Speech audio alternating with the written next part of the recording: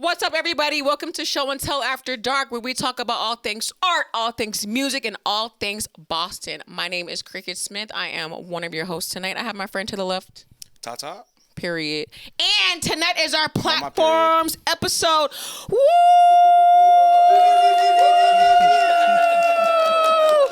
We got all the hottest people from all the hottest platforms in Boston, and we're gonna start to the right with my friend Mo. Mo, what you got for us, babes? Yeah.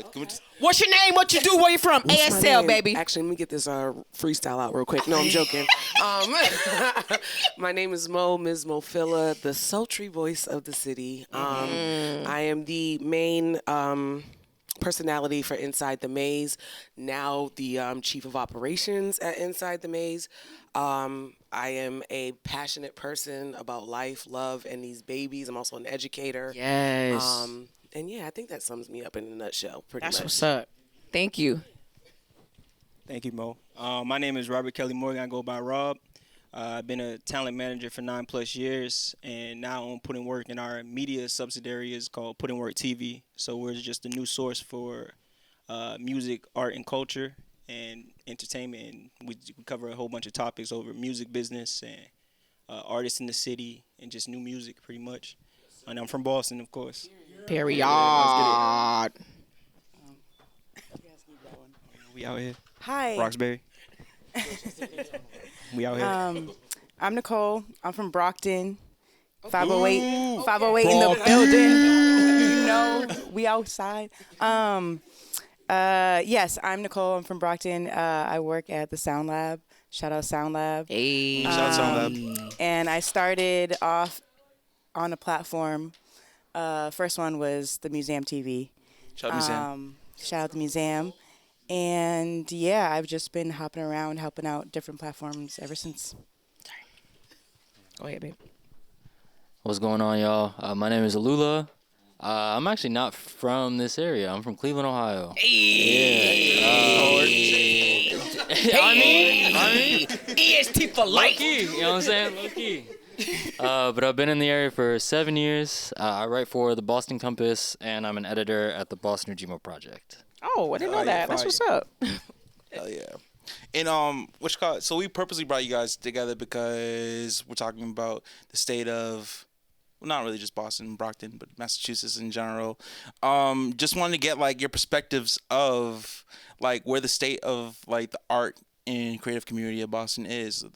And I just want to get your perspectives. Like, who wants to start it off? I feel like we're holding the mic right now. Word. Absolutely. When it comes to Massachusetts, New England, and Boston, I think the state of the creative economy and just the creatives we're in the best place we ever been. From my perspective, I think there's abundance of artists, creators, and people that want to help. When it comes to media, when it comes to people with platforms, the people with voices that want to spread the artistry and the music and the creations that are here. And now I think it's just about connecting the dots and putting everything together to make it actually work and sustainable and sufficient for all of us to actually like continue to do it. You feel what I'm saying? So yeah. I feel like I have to give my slightly jaded answer. You have to. Although we are at a space that we've never been before, I don't even consider what we have in industry just yet because we need the money flow. And we are working together to build that network and kind of make a name for ourselves. But until we get to that bag, and we got to keep pushing to get to that bag, that's why I feel like we just need a little bit more work, just a little bit. That's all. Yeah. Yeah, I can definitely agree with you. I feel like we've done a really good job about creatives supporting each other. But like we're all creatives, so we all need to get money too. That part. So I feel like that's where now the next step is trying to figure out what the infrastructure is where we can not only like give to the community, but we don't want to like live off of the community. That part. So trying to figure that out, I think, is super like next level for us. I also think that there's a big disconnection between artists and creators and entrepreneurship. I think that artists feel like they have to kind of live in that starving artist allegory, and like you don't have to do that all the time. You know, there's a place to start and there's a journey, but at some point, like you got to get money. Like you can't live off of bartering and positivity. Listen, Yeah. absolutely. I've told myself, listen, I'm the auntie in this crew. I'm claiming that title. At 40 years old, I'm not here to do this as a hobby. Come on. I definitely would like to make a living off of doing on. what I love to do. So that's why I'm like, at this stage of life, if it's not equal into a bag, I love it, but let's not waste my time type of deal. Yeah. And when it comes to like creators, artists, and doing different things, I think when it comes to getting money, you can use your skills and your talents, and you basically just provide the middle ground of what a person needs, and you supply it. And as an artist and being a creative, that's just what you should be able to do if you want to. I feel like sometimes, creators can get so caught up in the creating that they forget that, when it comes to money, money is a middle ground to somebody wants something, you do it, and then they pay you. Come on. So, just utilizing your abilities to do that, I think that there's abundance of that here. Yes. Now, are you actually doing the things that it takes when it comes to like building your leads, actually, soliciting yourself and your services to actually get that money? That's not on. You know what I mean? And then it's also like, artists sometimes think that artistry goes from 0 to 100 or like 0 to 1,000. Like 1 minute you broke, the next minute you rich. Whereas it's like any other business. Like, you know what I'm saying? It takes years of putting in time and work and effort. And then, of course, you keep your expenditures as low as you can. And then, you know what I mean? You try to get as much income as you can while still staying in your integrity, your mission, and your values. And then it grows. But I feel like artists don't take the time sometimes to actually learn that other side of it. Because you can easily just spend all day creating. Like, you don't have to go outside to do that. You know what I'm saying? But business is outside. You know what I'm saying? Come on, Lula. Ooh, I want what's to know up? what you're gonna say, bro. So I guess, really alongside that, a big thing at the Boston Dreamer Project and our approach to the arts is like artists are laborers too, right? So like the work is a really big part of it, and like making sure that you get compensated for your work is a really big part of it. And so at the same time, like what I'm hearing Rob say as well is like I'm starting to see a lot of pathways for artists, but like it's important that they recognize that those pathways it's not just networking, it's not just entrepreneurship, it's all of these different things wrapped up into one, right? Like in the same way that you need to show up at places and build relationships at any other job or in any other career, like that same thing is true of artists. At the same time, we want to make sure that those pathways are equitable, that everyone has access, and the people who are talented will rise to the top, the people who are saying something and feel supported. Yes. I love that. That makes a lot of sense. Actually, Alula, you being from Cleveland and coming to Boston in the Massachusetts area, what would you say like the strengths and weaknesses of what you've seen in like in the culture and the environment? It's a good question. I will say, like, the arts community is one of the most welcoming communities in the city of Boston. Like, that's really where I've built relationships and made, like, solid connections with people and solid friendships with people. And I think, like, the pathways are a strong point in terms of, like, there are a lot of fellowships and residencies and ways that you can connect with people and, like, use those connections to build a career for yourself in ways that don't necessarily exist. Like, Cleveland it's a great city. I love Cleveland, but like, there's a reason why I left. You feel like Slight shade. Okay. but you know what I'm saying? Like, it's a real thing. Like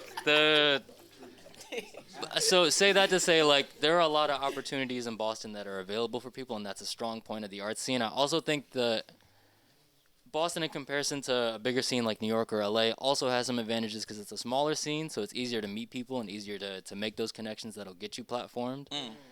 And because it's a smaller scene, it's a more caring scene. So in New York, like a friend of mine named CJ, who's a documentarian, he was telling me, he went out to New York, he was meeting with people, he was like, yeah, I had these really great conversations with people, and then I tried to follow up with them, and like no one cared. Yep. Because it's 8 million, like it's 1 million artists in New York, like no one could give a fuck. I don't know if I'm supposed to. You can say No, it. go Say ahead, it. go ahead. I swear. You don't give a fuck. But like, Swear again and make it louder, bro. Say it louder. but yeah, like it's 1 million and one artists in New York. No one gives a fuck, right? Yeah. Whereas in Boston, like the arts are really tied into other aspects of the community here in ways that like everyone cares. Yeah. To some extent, right? Like everyone, like even if you're sort of at the beginning stages of your career, people care about you and they care about wanting to make sure that you know the right people to get in contact with or making sure that you know the right places to go to hone your skills. And that's something that I see here that I don't see in a lot of different places. Ooh, can I say something? Yeah. I think, and I'm not trying to age you, so to speak, but I feel like there is a difference. Being born and raised here in Boston, how you felt about Cleveland is low-key how I sometimes feel about Boston. Okay? It's not 100% always welcoming. You do stumble upon people who genuinely do want to just collaborate and work with you. But I also experience a lot of people who are threatened, honestly, by what you bring to the table and don't want to work with you because of that, or will blackball you, so to speak. So I'm glad that I'm a Bostonian. I'm gonna keep it a stack. I'm glad that the transplants are coming in and experiencing a more welcoming situation. But I wish those that were homegrown here would be more welcoming to each other. Honestly, Ooh, very that's real. deep. That's very real. How do you guys feel about that? That's deep. I definitely agree because one thing that we talk about at the Museum TV is, again, creators are supporting creators, but how do we get the general public to care about us? Come on. Because, we be bumping our music. We all love mass music, but then we play it with, like, our friends who aren't really super tapped into the creative community, and they're like, what's that? And we're like, no, this shit is good. It's just not stuff that you hear literally every day. Come So just because on. you don't know the lyrics doesn't mean it's not good. That's right. So I True. feel like there's a lot of that, and then just that's example for the music community, but as far as like the creative community as a whole, I feel like that's just one example for that. Yo, that's good. That's good.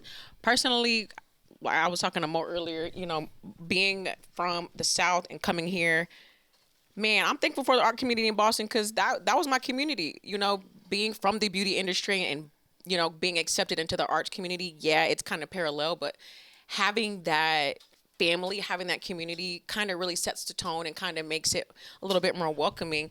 And I appreciate your perspective because you're born and raised here, like you were born and raised in their city. They have a different perspective of it. So I appreciate, the comment that you said about transplants, but what about the people that are already here? So what are some things that y'all think that people that are born and raised here could really do to like really settle in and really kind of resonate with their community? Yeah, I would I've love to been hear your waiting for response. this moment. Give me that. All right, come on. The biggest thing is, can we leave our egos somewhere outside, Yeah. out the door? Just put your egos down. What do you mean by ego? I feel like there's some sort of curse or something on Boston where there are certain talents that feel like once they're known within the city, they've made it type of deal. And it's almost like the Hollywood, you can't come into this club energy. And I'm like, we all have to understand the only way that the rest of the world will know we exist is if we all come together. Come on. A lot of these people, I don't even say these people, a lot of the energy. What do you mean by these people? I'm not just trying, right? I don't want no smoke. I don't want no smoke. I feel like a lot of the energy in the city is kind of like, if everybody in the city knows me, that's good enough for me. Yeah. And I'm like, it's so much bigger than that. Come It should be so much bigger than that. And the only way we're going to make noise nationwide is if we all come together, honestly. Y'all don't make me talk this whole time. Spinning some gems. I love it. I'm trying to process because like this conversation for me is like one of, besides the conversation we had earlier with mental health, this is so important because this is our livelihood. Like we get paid with our talents. And if people don't know about our talents, how can you get paid? Like you have to make yourself visible for the people that already, because people want to know the talents. Absolutely. How do you make yourself more visible for the people that want your shit? Yeah, and I think when it comes to that, I think just understanding that when you're a talent and when you are managing your talent and you're trying to develop your talent, that remember it's very, I don't know the words, like the front end, it's a lot of work in the front end. Yes. But once it develops steam, then that's when so a lot of time is going to be spent developing that steam, first perfecting your craft. Absolutely. That's more important than anything else because when you're in a pool of talent, creativity is one of those things. So it's supply and demand, right? Mm-hmm. But there is no limit of supply on creativity. Yeah. Like, you get what I'm saying? In creation, like anyone at any point in time can create 15 things in a day. Come on. So that means there's never a limit on how many things can be created. So now there's a whole nother end of how do you make what you create valuable? Come on. Do you get what I'm saying? And that's It's mad well spoken. you get what I'm saying? And that's just a whole different layer of what you need to do. Because now, because there's no limit, like when you look at land, when you look at property, when you look at things, there's a number on how many things. But at the end of the day, all of us in here can make 10 songs tonight. And let's remind you that they're doing this in every city in the world. I'm not even, this isn't just like Boston. There's like in Nigeria, there's a place that's not Lagos. It's like, it's called PH. They have a music community. Do you get what I'm saying? Like, and you go anywhere, you can go into Athens, Georgia, you can go into cities that I can't even name, in random towns in Seattle. They have a music community. So when you're understanding that, you have to understand, like, what do you want to achieve with your music. When it comes to people feeling like they made it at home, and that's all it is enough, I would just recommend that people also go to other places. Like, you know, a bus ticket to the media capital of the world is $20. So what do we? What? You know where the media capital is? Like, it's $20 to get there and $20 to get back to your crib. You know, that's 40 bills. I remember back in the day, man. Like when I first started, sometimes I used to go to New York and sleep in the McDonald's, like the McDonald's near Times Square, just to get the energy, just to get the energy. You get what I'm saying? Like I was like 21 and I used to just go there, catch a bus ticket, and just literally, I ain't got no people here. I just need to be around the motion. I need to see what's possible in doing this. And then I kind of like scaled up that method with other things. Like sometimes you got to just see it so you can know it achieve. And then you go back to the crib, you're going to come with different inspiration because you saw what's possible. Your art can take you anywhere. Like you can be anywhere. Like I said, there's any place. And that's why I want artists to, I'm not going to say don't be money focused, but when you an artist, when you a creator, you are currency. That's right. Because we just talked about why there's an endless amount. You can create anything. You get what I'm saying? So it's like you got to be able to really, and that's why networking and building relationships is so important, because at the end of the day, it's like the people that know you, the people that respect you, that's the people that view your creation as valuable. That's right. So yeah, you have to increase the amount of people and who those people are that find you valuable. And I know that's tough because you don't want to put a price on yourself, and you don't want to be a product. But you have to treat your art like a product if you want to earn from it. You Come on, sure. if you want to earn from it, right? Depending on what the outcome that you want. Yeah, for sure. Yeah. Let me ask y'all this, because networking is such a huge part of being a creator. Somebody was talking about follow-ups earlier. What is the proper way to network, and what is the improper way to network? I'll build off that. I know Mo said she don't. Yeah.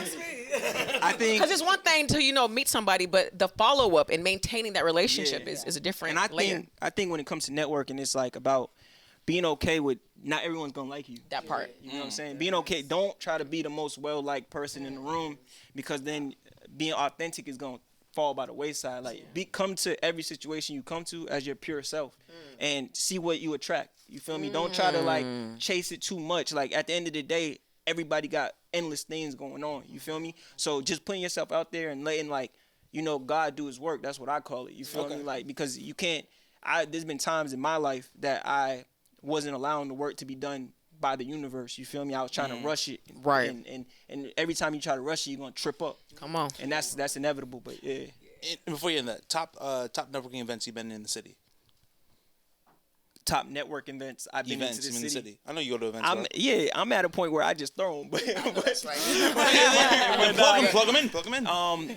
Of course, like we got the collaboration. Like I throw a party called Now or Never, which is like a fusion of a party and like you see artists, you see party, you see beautiful people, and then you guys all connect. So Now or Never has been a great opportunity for me to see the scene and also show my hand to where that's another thing. Like if I don't know an artist but I want to gain like a relationship with them, I'll be like, come to Now or Never, here's a free ticket. Do you know what I'm saying? And then like when it comes to like I have a symposium coming up with Harvard that we bring different industry vets out. Last year we brought Tim's manager, we brought Burna Boy's record label exec, we brought Vic Mensa's and Chance the Rapper lawyer out, and that we had a whole day. It was from 2 to 8 p.m. of just networking. Rhythm and Rap sponsored the food. I love Rhythm and Rap. Shout out to Rhythm and Rap. Shout out. That's what's up. And they got a chance. We had a talent showcase, and then we had workshops to where Mayowa, who is the creative director for Blast, he came from L.A. to be here to give his information. He taught a class. Stuff like that. Of course, there's the testing lab. Shout out to Sound Lab. You know what I'm saying? To where you can actually test your music on the stage, get feedback from people that do this every day, and then you can meet other artists and creatives. When it comes to just being around and when you see something, go to it. Like somebody pop out here, like there's panels all over the city. Yeah. There's media companies all over the city that are trying to do stuff, and there's also great promoters in the city like that are trying. You know what I'm saying? There's different nights and events, and sometimes it's not gonna always be music led or creator led. Sometimes Right. it might just be pull up to a silk. You know what I'm Right. saying? You know what I'm saying? I want to piggyback off of that because there's so many places I do want to shout out. It is like the Silk R&Bs. It is the B Entertainment. There's a band. I don't know how to pronounce it right. Please forgive me. I said Ben. Oh, yeah. Yeah, it's Yeah. B.ENT. They always have those dope events, and I've met a lot of connections there. Shout out to the Boston Wild Blacks. There was another one specifically. shout those. Side Presents. I have to take a Love moment. that. yeah, shout Shout to out them, Side though. We got to take a Presents. moment for Side They Presents. about to put some stuff in Yes. that band Shout too. out to Side Yeah, they got a Presents. building. Yeah, I think about They got a space. T. Louie and Marley, they have worked overtime to really create quality networking events and just really kind of have this aesthetic that is top notch. That's what's so I up. always want to shout them out when I can. What about you guys? Top networking events? Well, I was maybe less so on the top. I'll shout out Thrill. I feel like every chamber is sort of a networking Chambers. opportunity in You itself. gotta have them. Yeah, Absolutely. you gotta enjoy the thrill. Yeah. Shout out, enjoy the thrill. Yeah. I will say though. Sorry, one more. Light Work. Shout out to y'all. Light Work events. Facts. There's Light so many Work? places. Yeah. Facts. Yeah. Oh yeah. And then I will say, on top of that, like, it was something that Rob mentioned that sort of sparked this thought in my mind. Remember to like come into interactions as a person first. I feel like that's a real love that. like. If you do need something from someone, or if you are interested in a partnership, say that up front. But like, try and build personal relationships first, and try not to like go into it thinking like, all right, I'm gonna build with this person, and then like, don't worry about the and then. You know what I'm saying? Build a personal relationship, or get straight to the ask. If it makes sense, it makes sense. If it doesn't, it doesn't. Yeah. But don't try. I don't know. Like, No, you right. yeah, because like you can tell when people are being slimy, or you can tell when people are trying to press you, and like no one likes that feeling. No one like on either end of it. I'm sure no one likes to be slimy either, or at least I'm hoping that that's the case. So please do remember, like, be a human being when you come into these interactions. That makes sense. So my question is, I'm not being a host. I'm not taking over, guys. She's taking Want over, to know guys. too? I'm low-key taking over. Inside the No, I'm not maze. taking over. So my question is this: like, so I'm a human that is direct, right? Because I don't want you to ever question what my intentions are when I'm coming to you. I'll be honest. At this stage of life, I love my friends that I have. Not necessarily interested in like, oh, let's be friends, right? That part. But I don't feel like we necessarily have to be friends to do business together. So a lot of times I'll come with that direct approach, not like, hey, I'm Ms. Mofilla and this is what I do and I blah, blah, blah, blah. But I do want to let you know off rip what my intentions are so you don't feel like, okay, we need to build a friendship in order to work together. But my question is, what do you deal with the people that don't even accept the directness, like the direct pitch, right? How do you handle that? That's a good question. I'm gonna take off your show. great right question. now. I mean- You're good. You're good. We are Yeah. open. Yeah. My personal approach is just to let it go. Like, if they're not open to the direct approach, then like it just wasn't meant to be. Because I'm a big fan of the direct approach too, honestly. Like, I don't want to go into something being disingenuous or go into something, because like every one of us is busy. Every one of us is not necessarily always looking for like, yo, let's be friends. Like, community is very important, but like it's only so many people I could keep on top of the text messages with. So you know what I'm true, saying? yeah. So like, say that to say like the direct ask is very important, and if it doesn't happen, it doesn't happen. Like, you gotta let that go. Something else will come your way. Yeah. And It's very true. I was just gonna say, just to piggyback off of that, I think like building rapport is My important. God, that's so Because important. sometimes people will come off a little too strong, but like I'm still gonna remember you. I'm still gonna I like the directness because I just need to I don't have time for a conversation all the time. Right. So like, let me know what you need next time you come around. If it hasn't happened yet and we didn't get to connect, come through. Like, that face card and being able to be familiar with someone Yes. constantly really, really does help for real. But Yeah. So true. Has someone come off wrong to you? Like, Um, put me on your joint, man. Yeah, I mean, yeah. I wouldn't say, I'm not going to call it wrong. I'm going to say there's been approaches that I didn't love. Like, what was it like? But it's usually when people are like, it's usually oh yeah, we gotta work. Right. And I'm like, Right. I do so much. What the hell are we working on? Right. Like, what do you really mean? But it's just like, Yeah. Nah, I just I just think it's a bit. Rob, you probably gotta get you. That probably happened to you. Yeah, I mean, You need Rob put in work. We gotta put in work, yeah, bro. but I just think Rob be like, but why? I'm a direct communicator. Like, I Period. You communicate got pretty- to be because yeah, you do so much. But I think when it comes to it, like, people just need to understand the difference between networking and soliciting. You know what I'm saying? Like, There it is. Explain that. There it is. For people who don't know. When you're networking, like, you're looking to build, or like they said, rapport and relationship. Like, when you're soliciting, you're trying to gain something, whether it be a client or an action served or something. So understand that soliciting brings a whole different response than networking. And you get what I'm saying? That's just something every entrepreneur, creator, artist needs to know. Like, when you're aggressively approaching someone you do not know to do something for you or to do something with you, you are soliciting. And soliciting just brings a different response. Yeah. You know what I'm saying? Than just saying, yo, what's up? And I enjoy your, and then follow on Gram, and then we see where it goes. That's networking. That You know what makes I'm saying? sense. Saying, Yeah. I need you to do this right now on this date. That's listening. I might see you might be on scene. You get what I'm saying? Yeah, that makes sense. You get what I'm saying? Like, and you can't take it like, you can't take it too personal or Right. to heart. It's just simply like, soliciting is a quantity thing. Yeah. You know what I'm saying? Solicit 100 people and see if you get 10 back. Cool. And it might hit. You feel me? But don't solicit people that you want to build a quality relationship. Like you know what I'm saying? Like, that you can build a quality relationship via the soliciting, but if that's your goal, is to build a quality relationship, know that soliciting is number based, and if you know what I'm saying, like, it just feels that way too. Now, if you want to really reach out to someone, you got to do it deeply. You feel me? You want to really build a relationship, do it deeply, and that's what I think. And this is a segue, this is a little bit unrelated, but that's the biggest problem I'm seeing right now with creators, artists, and everyone that's doing anything. There's so many tools and resources that make it very easy that no one's doing. No, I'm not gonna say no one. Yeah. A lot of people aren't doing things deeply. They're surfacing around, but wanting the fruits as if they did it for deeply. How you gonna get the fruits of something when you planted it yesterday? Absolutely. You planted it yesterday. You want it to be a tree. yeah. You get what I'm saying? That shit don't make no sense. I love to be unpolite tonight. I don't want to be polite It's my tonight. main character. I really don't want to be. I'm gonna tell you directly what's wrong with your approach. Please. Anybody coming to me like, "Oh, I need to get on your show." Why? Who are you? Introduce yourself. That's right. Tell me what's going on. And I'm really about to be impolite, guys. Go ahead and get it, girl. I'm about to have smoke in People the need city. it. They need Do They it. need to I'm hear about to have this. smoke in the city. Yeah, they need to hear this. Not because something is important to you doesn't necessarily mean it's important to the rest of the world or the public or our audience, right? So when I get the approaches of, "Now you need to have me on your show," I be doing makeup and da-da-da. That's not really my audience. We're not the beauty industry. You know what I'm saying? So, like, know who you're pitching to, number one, and don't come with that entitlement of you need me. You're actually asking to come onto my platform. You know what I'm saying? And I hate to get in that ego bag a little bit, but it's a reality. Like, we worked hard to build these spaces and to get these eyes, and I'm very intentional about the audience and the message that I'm putting out there. So respect my craft if you expect me to respect yours, type of deal. I love that. Straight facts. There is a way to do it, and that's why I was asking. Like, and another thing too.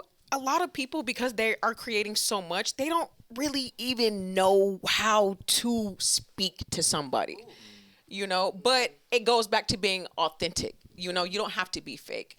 And it goes back to bringing that value, you know. I'm maybe this is not a platform that I would normally be on, but maybe I could put you onto something that could help you. But what is the value that you're bringing to that platform so that we can actually get there? Because you could create, like you said, 10, 15 pieces of content, but if there's no value in that, if people don't see the value in that, it's just going to be content created. That's it. Simple as that. One thing that I've noticed a lot is that, like, whenever people are talking about like artists they like and things like that, it's always the authentic artist. I love It's that. never the artist that has like that puts out content every single day, Yeah. and it's like very TikTok and like it just like here in Mass.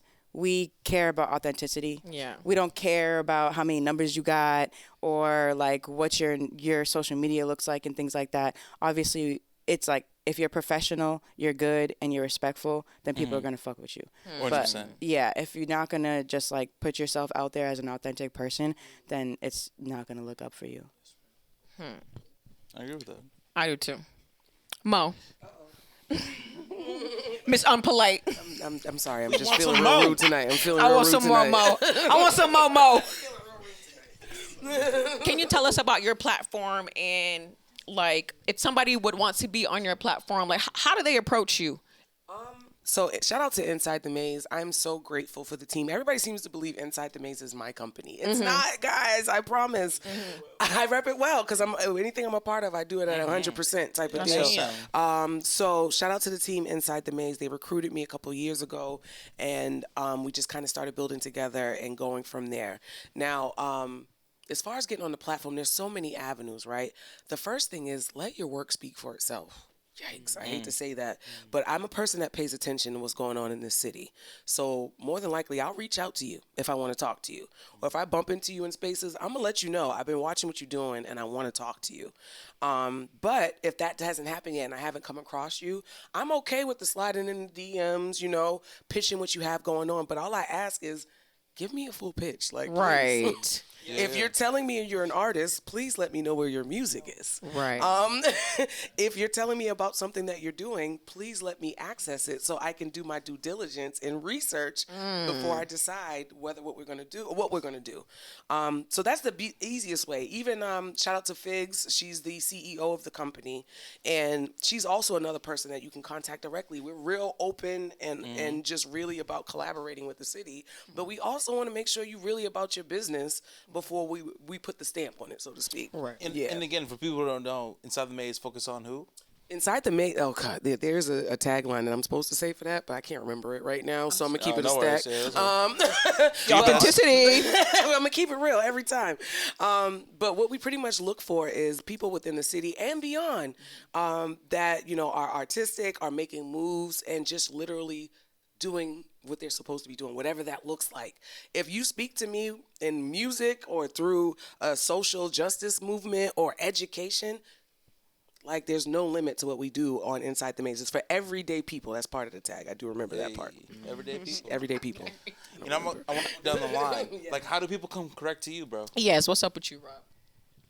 Yo, I'm gonna keep it $150. Like, I got people. You know what I'm saying? You get what I'm saying? Yeah. Like, I'm saying, like, I still rock with people who hit me up, but it's just easier when, like, someone come to me that I trust and be like, oh, you gotta see this, like, you know what I'm saying? And I think I built that for myself, like, because like in this, it's so endless that you can get lost really quickly. You feel me? And like I said, like, just to keep it $150, like, by doing this for 10 years, like, people quit. Yes. A lot. Oh my God. The turnover rate, like, it's not like you look for another job. It's like I don't do that anymore. Yeah, you know what I'm saying? shit, Like yo, the rate of I don't do that anymore is too high for me to be playing with anybody. So it's like before you even get to me, you probably have to go through 3 layers of like I got young bulls on young bulls. You get what I'm saying? Yeah, like yeah, that, they put in work too. They got their own businesses. They got their own companies. They do their own events. And it's like if you didn't do nothing over there. Me and you, what we doing? Come on. You know what I'm saying? I've been doing this for 10 years, bro. Yeah. You know what I'm saying? I travel the world off this. Like, Come on. with the media company, and that was another way I even started the media company as another, like, that's a person to me. Like, like, okay, we got you on there. I can do that. You know what I'm saying? I can put you on the media site. I can't spend 2 hours with you trying to work on something. Right. I can't spend 6 hours. I can throw your new single on the site, though. So it's a value offer. For artists that then it's like, okay, word, I see you, and you bring in people to the site. They keep asking you for more. They asking, like, they're DMing like, yo, put this on, and that's what Putting Word TV's goal is, to like be an index and an index for like everything that's going on. So like we got like Boston, we got a playlist where it's like Boston hip hop and R&B now.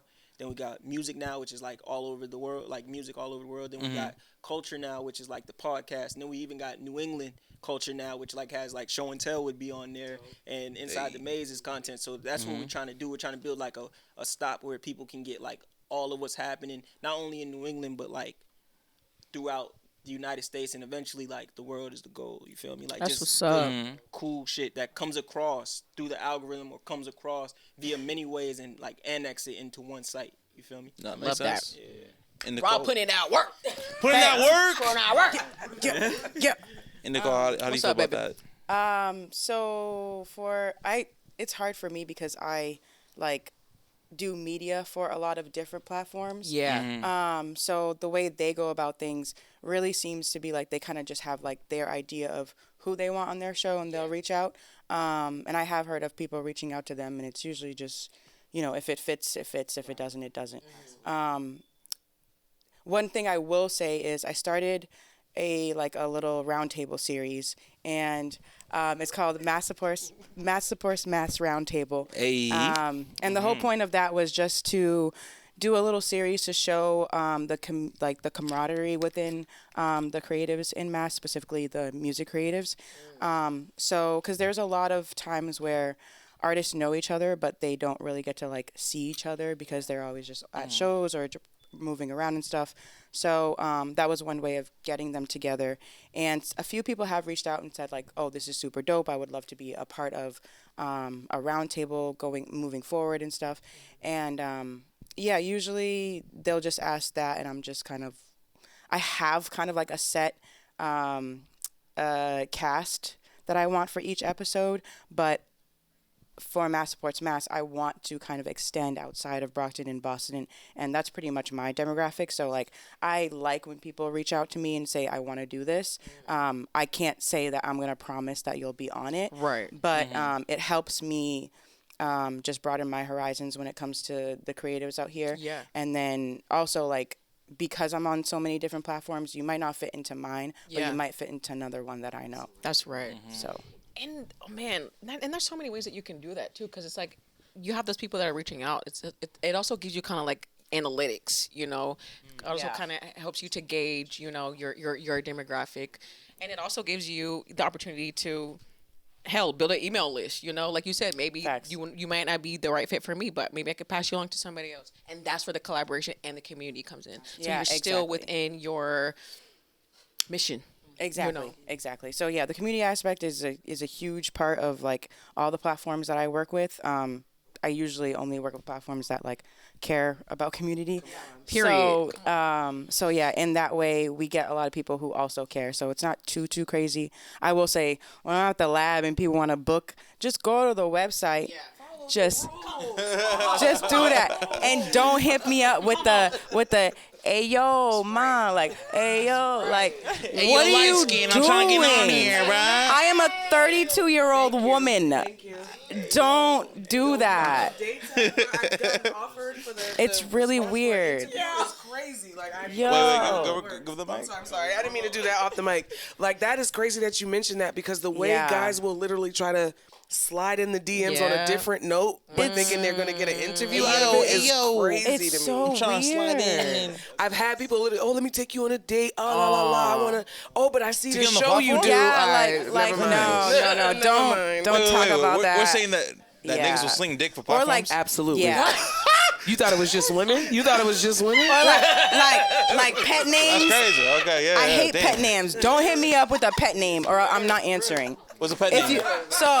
if someone hits me up and like, hey honey, or hey sweetie, or like, I'm most likely not gonna answer. Only maybe if you're like an older woman, like Right, okay, that right. I can understand me. That's Yeah. probably your culture. But Right, if you're a yeah. younger man, you're like around the same age as me or younger, like I'm not responding period. if you call me by a pet name. Hey, I'm Gorgeous. sorry. Like, you gotta Communication, chill. calling someone by a pet name is craziness. Yeah. That's a madness. Yeah, it's pretty That's bad, yeah.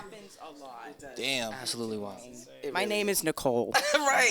How about you call me by Word the name up. that's on my page, please? I love the queen one. That's the, hey, queen. like that one? All right, relax. So you already know what type of time they on. Yeah. Talking about the state of the city, talking about the state of the fucking the state. What are your favorite annual events that happen? Estrogina. Come on, side presents. Oh shit! us. Side percent. So Yes. side percent. Yes. Yes. Top three though. Let me get you top threes. Estrogina. Okay. Yeah. I thought it was called Estrogina. When you said Estrogina, I was like, oh, okay. Vagina and then Yeah, yeah, but I didn't know it estrogen. was- You see how that works? It's estrogena. Absolutely. That's what that is. I want to say testing lab, but that's bi-weekly, so. Not annual. That's coming next. We got that. BAMS Fest. I love BAMS Fest. Absolutely. The growth of BAMS Fest is fire. And I'm really bad at on the spot, so somebody else. All right, I was gonna say, are we doing individual top threes? Because I'm like, I kind of got a Individual different top list. threes. I got a different list. But they're annual. It is annual, absolutely. Boston Wild Blacks Family Reunion. Oh, yes. Crazy lit. I am going to add BAM's Fest to that because they have done an awesome job of going crazy. Thirdly, y'all don't judge me for this. I don't know if this is quite annual. I feel like it's been annual, but B Entertainment has done a 9/9/2000 situation that I Shout out to B always, Entertainment. They're good. I leave there every time drenched in shit. The 9/9/2000s, man, it's lit. Every time it's lit. I feel like I'd be remiss to not mention Spark the Block. Shout out to my good sis Danielle Johnson. Annual event that she's doing her thing. Absolutely. Absolutely. Y'all want to answer? He said, get me out of here. I'll throw in some shameless plugs for my employer, the Boston Ujima Project. So we have a yearly party that we throw every summer called Black Portals. We have artists come through of sort of all different media. So last year we had projection artists, we had DJs, we had all different. We had documentarians, and then it's starting to be the case that every year Ujima will host something at the ICA for Juneteenth, and so we like to activate the space. We need that Juneteenth. Yeah. It's a beautiful time. It's we have vendors come through, we have vocalists, we have documentarians, we have visual artists. Trying to figure out if there's some sort of gallery situation, if they'll let us hang things on the walls. But yeah, I'll throw those two out there as beautiful annual events. That's awesome. What do y'all want to see more of? Oh, you got something to say, Rob? You good? Because I want to know. Why don't you have anything to say? Robbie putting in the work. Nah, yeah, I'm not Literally. Robbie putting no I'm not insight. gonna lie to y'all. I'm not gonna sit Yeah, up here what's and up? like, I try to, what I mean, I'm not gonna flex it. Like, I don't go to like events every year. Like, I go once and I'll be pretty satisfied. Like, I'm not like gonna make it like I've been to Bands Fest a few times because my artists performed. I enjoyed it, so that's they named that. And then did amazing. yeah. That's a fact. Shout out That's a to fact. C4. Yeah, so- C4 did amazing. But yeah, I'm also like I'm big on like yeah, I just don't. I'm not gonna lie. Yeah. I feel it. But also That's very too, real. also top three like annual events, but also like top three like recurring like grassroots The Chamber. chamber. Yo, Facts. enjoy the thrill. We out here, Hell the yeah, thrill. fuck it. Stephen King. Shout out out Thrill. to Reyes. Shout Shout out them. You feel me?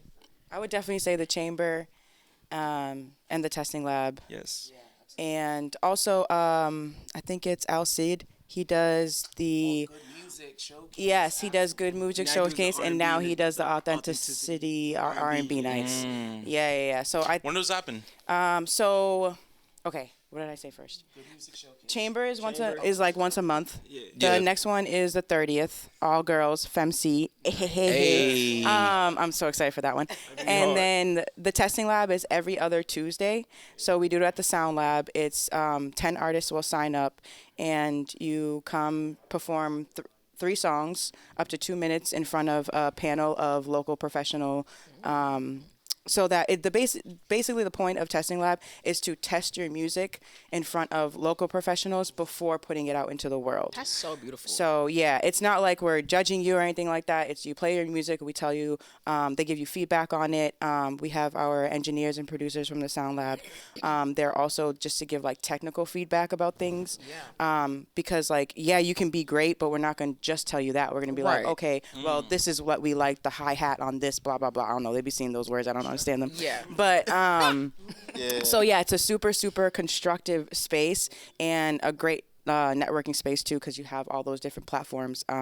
Actually, the Museum TV for this year, we're only doing interviews if you've been to the test or if you've been on the testing lab. That makes sense. Because we're really focusing on music discovery this year. Nice. So we want people who are testing their music and new artists to push out there instead of pushing the same people. That's awesome. Yeah. How did you get involved with the Sound Lab? So the Museum TV show. Okay, I got my sweater on. Period. You know. Okay. hard, yeah. Okay. But yeah, so Noble was looking for a new space for the Museum TV, and he ended up. Shout out Noble. Yeah, he ended up at the Garage TV. He ended up at the Garage TV. The Garage Media Center at the Sound Lab, and it's like a little loft area upstairs that he was shooting out of. And I helped with some of their shoots. So one day I went because I was like, I want to check out the new space, or whatever. Went to help shoot, and then I was like, I want this. Yeah, because I was working at a corporate job on set, like learning a lot and stuff. But I was like, at some point, like I want my own studio. Yeah. And he was like, just go talk to 211. I'm like, who? DJ 211, he's the owner of the Sound Lab. And he was actually looking for somebody to help manage the space. So he was like, if you take care of all bookings in this media center and just help kind of build this up, then like do whatever you want.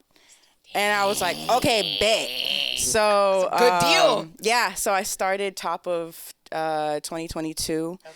And that's also when this testing lab started. Okay. So being with the Museum TV, got to help create the testing lab, and that kind of helped bridge the gap between Sound Lab and the museum, and they've been working together, and I'm kind of like the middle person for both ends. Are you nicknamed the Secret Auntie? Yes, I am the Secret Auntie. Yeah. But why do they call you Auntie? It's like you're auntie too? That's crazy. So there's Noble, the creator of the Museum TV. Yeah. And then there's Tanisha. She is the first lady of the Museum TV. She's been there since the inception. Okay. And we also have Shaka, who's been there for a couple years now. Okay. And he's one of the hosts. I've been like I said, I like to help a lot of different platforms with their media and stuff. So I've went to college with Noble. Okay. So so after college, he started the museum, and I just would help him here and there. Like, he was like, oh, can you add something to the logo for me? Yeah. So I was the one who added the TV to the logo. I was doing graphic design at that time. And then as my skills, like, evolved, he just kind of used me in those ways. So then I started helping with the interviews, shooting anything that was, like, museum on the go. And then, then we ended up at the Sound Lab, and yeah. What were some of like the biggest like accomplishments and some of like the biggest like disadvantages from your experience being a secret auntie? Definitely. Oh yeah. So like I was doing it kind of like part-time a little bit. Okay. So I was just there like whenever he needed help. Okay. So that's why I was auntie. Okay. Yeah. But basically doing that and also like club promoting on the side, that opened up a lot of doors for me, and I met a lot of people. Like, I would have not known much about mass music if it wasn't for the museum, and my friend Leland, who told me about Bia, and then after that, it kind of just, I just learned a lot from there. But those have just given me opportunities from just meeting people that we've interviewed, like DJ Dex and Jeff 2 Times. Love them. Got to work with them when they were at their radio station. Also, just a lot of people around the city, and even if it's not like it directly got me something outside of the Museum TV, just being able to build that network has helped me so much. Yeah. And they've been around for 10 years, so like 10 years of work, I'm at the point now where I feel comfortable to say that like the Museum TV has helped me build my clientele to the point where I don't have to reach out all the time anymore to look. I have people coming to me to work. So, yeah, shout out the museum. Shout out to the museum. Hey, museum. Yo, how y'all doing tonight? Shout out Noble. Mr. Noble, I ain't never met you before. But come on, sir. I love to meet you. Heard a lot of good things about you. Yeah. Come on down. Rob, you've been doing this for a long time. Yes. How is your mental health holding up? You know, it get rocky. Yeah. But it's fine. Yeah. Like, I got a therapist. Yeah. I got lawyers. Yeah. I got an accountant. Yeah. I got a tax person. Yeah. You know what I'm saying? Yeah. I got a mother and a father. Come on. I Get got that people support. who love me. You know what I'm saying? Right. That's the most important thing. So what is the biggest issue that like let's say like presents you or say you care about? Is it that like being so locked in that you don't take care of yourself for real? Come like, on. You don't take care of your like basic needs. Debate, come on. Like eating, like doing normal shit. Come like, on. You know what I'm saying? Like and then not realizing like,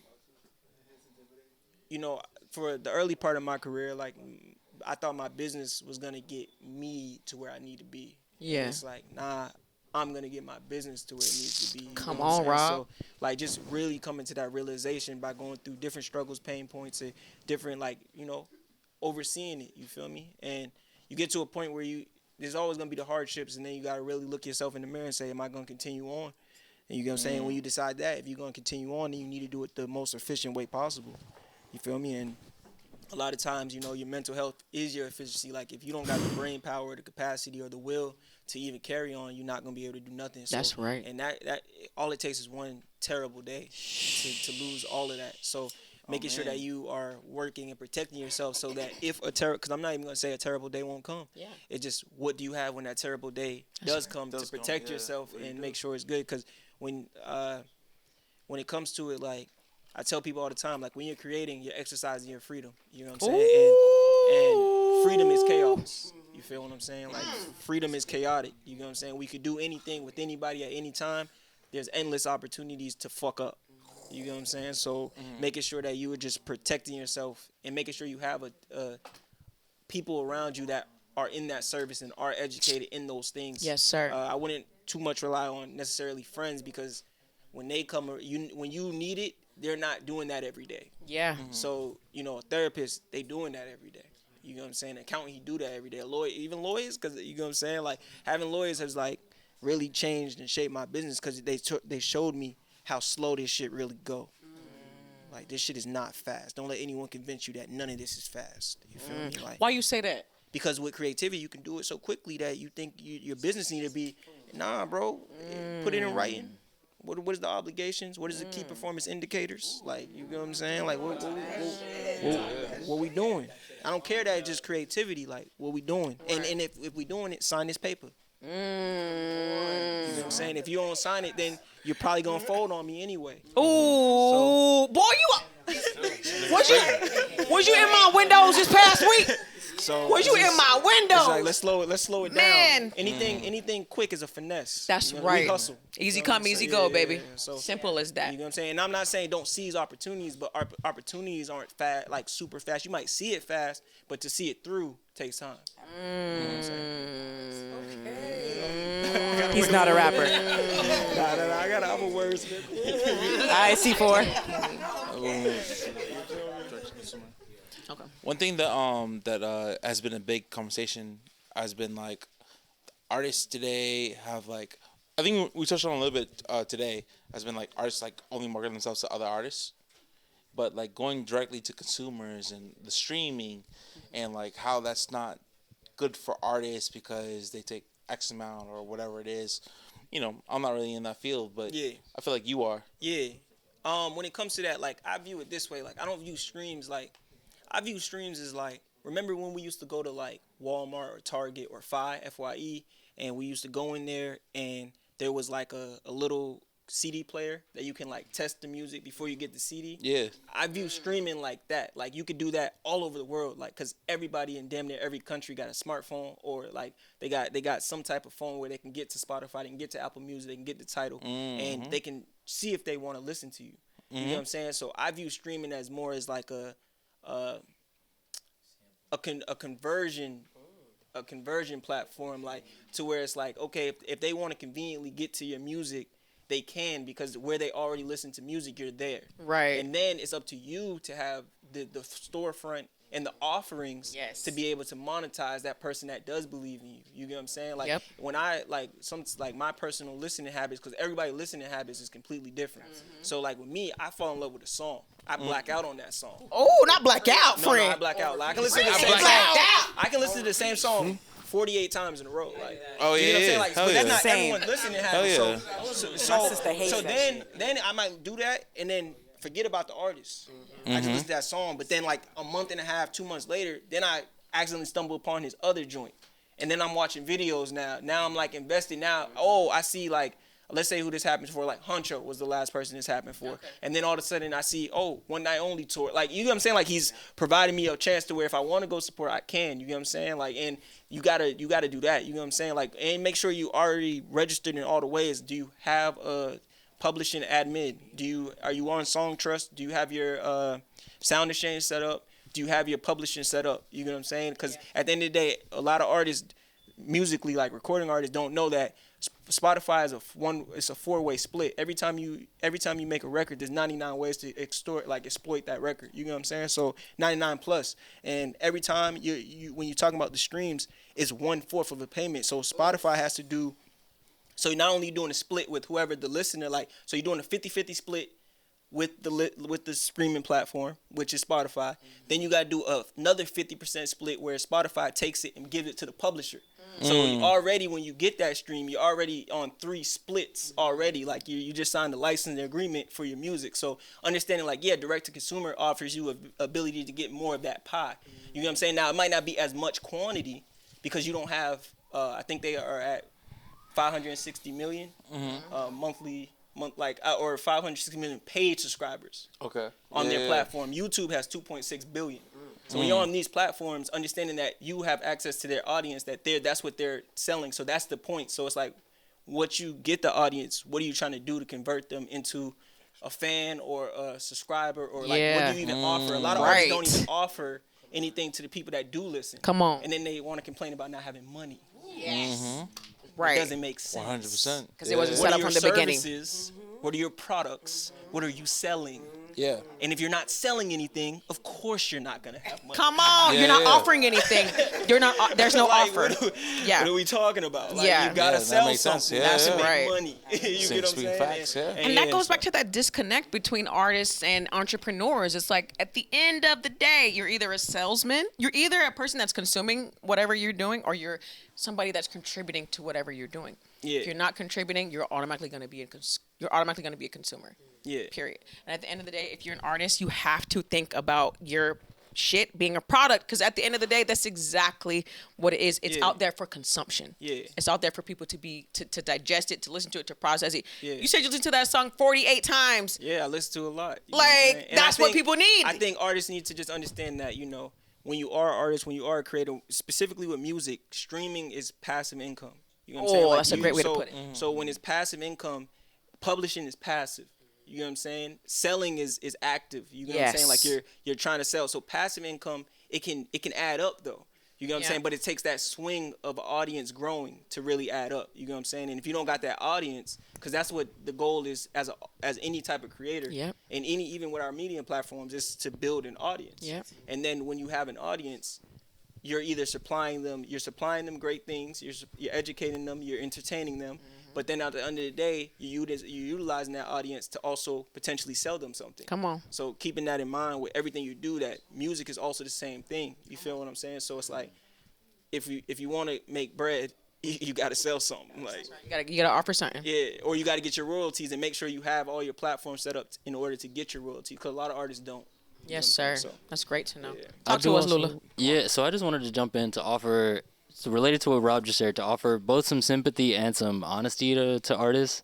Art economies are really tough to make it in, right? Like, there often isn't the infrastructure set up in the same way that other economies are. So on the one hand, it's a lot easier to get exploited in art economies, and on the other hand, it's a lot harder to make money. Yeah. That being said, like, there are a lot of people that are sort of working towards building the infrastructure so everyone can get paid regardless of if you're super popular, super famous, if you're streaming super well. Because there are a lot of marketplaces. There should be ways that you can make money as an artist for it to be your full-time living. That's for whoever right. who would like to be. That's right. In the meantime, though, this is something that people hear all the time. But, like, just to reiterate it, you do have to be honest with yourself about, like, is this working? Come on. And is this working? Oh. And at the same time, because it could be the case that, like, something is working for you, but, like, with the way that streaming is set up, you're not really getting paid from streaming like that. Even if Yeah. you're getting 100,000 streams, 1,000,000 streams a month, that's not a lot of money. Yeah. That's not enough to go full-time, not have a job, nothing, right? And it's the same in the visual arts. Like, I know NFTs were popping for a minute. NFTs are quiet now. Right. NFTs, You feel me? And, like, marketplaces are great. Like, there are plenty of places that you can sell your art. Maybe it'll happen for you. Maybe it won't. Yeah. In the meantime, if there's ways that you can apply the talents that you see yourself having in your artistic practices, if you can apply those talents to jobs, please do. That's right. Right? There's a lot of successful people I know who are visual artists who are also graphic designers. Companies aren't necessarily looking to hire artists. They are looking to hire graphic designers. Come They're looking to pay top on. dollar for That's graphic right. designers. Companies aren't necessarily looking to hire rappers. They are looking to hire storytellers. Come They are looking to hire people who are able to tell Come on. narratives. This is So spitting. it's Perspective. also it's both, like, art economies need to change, and in the meantime, figure out how you can apply your skills to what is paying. Come on. Ooh, if I could piggyback off You of can that. piggyback off my of gosh, piggy 'cause it front literally and speaks to my- back. Do it. It literally speaks to my story, because like that struggling artist narrative. Yeah. Doing strictly just media didn't necessarily sustain my bills, but how I found my way through education was creating a curriculum to teach students how to create their own media platforms and how to have their own voice in media. So taking what you love and putting it into the 9-to-5 world 100%. absolutely will help to fund your passion, and you'll still love what you're doing. I promise you will. Man. And that's how you build those relationships that might mean that your Absolutely. art will make it later on. Because honestly, education is what led me to speak at South by Southwest. It wasn't me just doing media. Oh my God, let's Yeah, scream. that's huge. That's huge. It was the education side. Honestly. That's what's And up. don't be scared to go to school. Go Okay. to college, bro. Like, Okay. it buys you time. Like, I tell people that all the time. Like, That's good to know. college buys you time. Like, I didn't go to college. I dropped out of college. But at the end of the day, the network of man. which I see college students have. Like, I used to go to Howard like every weekend type because my cousin was over there. And at the end of the day, seeing what these people are doing that went there is insane. You know what Yeah. I'm saying? Like, they are on some other next level stuff. You know what I'm saying? And it's like majority of them. Like, you know what I'm saying? Like, Yeah. and that's the thing. Like, you can be an anomaly. You can do that. Right. But you don't want to make your bets on being an anomaly. Yeah. You know what I'm saying? Like, that's odds tough. are not for you. The odds are That's not a tough for cookie. you. You feel me? It's a tough cookie. 100%.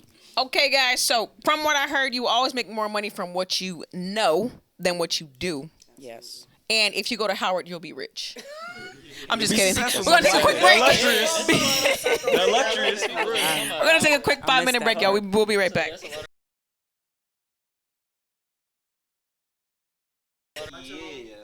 What's up, everybody? Welcome back to this episode of Show and Tell Boston, where we got our platforms episode going. Let's start with how y'all feel about the BM Fest. Okay. Oh, not BM Fest. No. What, BMAs? BMAs. Sorry. Talking about No BMAs. BM Fest. We love BM Fest. BMAs. How y'all feel about the BMAs? Oh, wait. Before we do that, We got two more people. We got some people on. At the end. We need y'all to introduce yourselves. Hi, my name is Bota. I'm the new editor-in-chief of the Boston Compass, which I don't know if Alula already introduced the Compass, but we're a free local arts and culture newspaper that circulates the greater Boston area.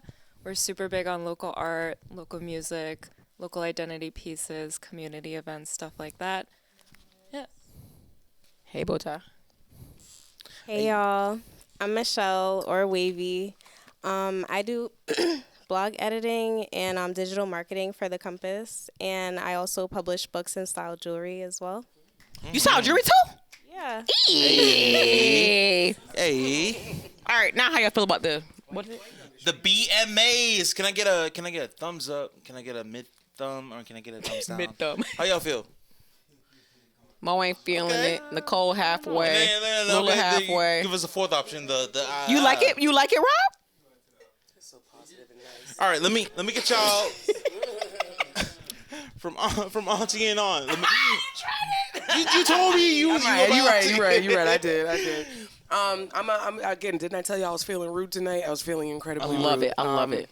Explain your decision. I'm gonna tell you why. I feel like what the BMAs is supposed to be is an awesome concept. I am questioning a lot of times what the thought process and merit is about what's being chosen or who's being chosen. I also feel like as a media person, with there being literally one category that pinholes specifically a music podcast or a vlog, or no, I forgot exactly the titling, but there's just a very specific small category for those who are literally pushing the culture. Let's call it what it is. So I'm in this space where I appreciate what they have done, but I feel like we need more as far as media is concerned. Maybe we should all come together and create our own type of award. Amen. Create our own type of awards where it literally shows the vast majority of what we do have. Not vast majority, vast variety of what we do have available in the city as far as media and pushing forward, because we literally have nothing else that recognizes what's going on as far as the media is concerned. That's why I give it a thumbs down, period. Oh no. That's very fair. I give it a thumbs sideways up. That shows up. That shows it's up, bro. thumbs sideways up. You get what I'm saying? Like the reason I give it a thumbs up is because I can't realistically give you other alternatives.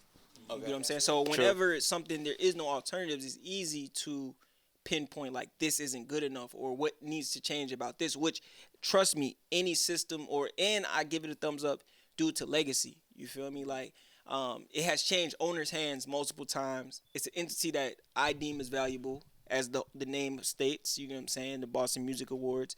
Bobby Brown got one. You feel me? He came, he showed. You know what I'm saying? There's merit to that in my perspective. Now, when it comes to even in hearing, like last year, they added probably 15 new categories. You know what I'm saying? So they're trying. I feel as though. Now, are they trying as thoroughly as some people would like? Probably not, because that's just what comes with it. You know what I'm saying? Now, I wouldn't be opposed to coming together, but then even that, in 2 years, 3 years, the same thing will be said about what we build. You get what I'm saying? Like, that's just what comes. Like, there's always going to be outside parties to the show. You get what I'm saying? Or there's always going to be people that feel snubbed or slighted. Like, I got nominated for 2 of them things. I went home empty-handed. I don't think I deserve to go home empty-handed, but that's just me. I'm a cocky motherfucker. You feel me? But at the end of the day, I enjoyed the experience that was given and the opportunity to even, showcase my work, and more people learn about my work, and they gave that opportunity, and I don't know how many opportunities there are for that. So I'm not saying, like, I don't take a negative from it. You know what I'm saying? Because I don't have an alternative to it. That makes sense. Yeah. I would say I did like the halfway, but to thumbs up, because I agree with Rob. I think that they're doing a better job about including more of the community in different categories. But I also agree that, like, I think they could do a better job for the media categories, because yes, we are the ones pushing the culture forward, and these platforms were like, people wouldn't know about half of these artists if we didn't have these platforms.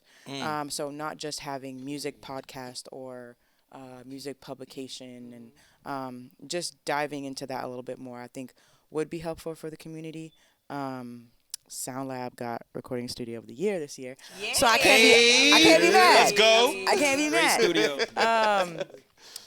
But just like seeing a lot of people get that, and then just hearing that, like, Bobby Brown got a BMA, Jeff 2 times in Almighty RSO, like, they got BMAs, like, and they also at their time was feeling the same thing, like, okay, we got a BMA, but like, we're not getting, the community isn't getting as represented as much as they should. So I think that, like, it's slow progress.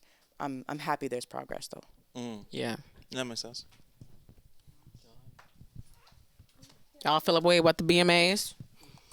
I mean, I put my thumb in the middle because, like, I feel like it's pretty much for the most part like a good representation of like the creativity we have in Boston. Yeah. But also, like everyone was saying, it's like, you know, there could be like wider categories and things like that. And I mean, personally, I was like introduced to a lot of artists through the BMAs. Like, even like I saw Key perform for the first time, I think last year, and it was just like, no, literally, it was crazy. So I'm just like, you know, I feel like, you know, they give their props, but just not enough. So yeah. Oh, y'all are so nice. You know, it's really cute. Y'all are so nice. Maybe y'all can answer this question for me, because this is my biggest thorn in my ass when it comes to that subject.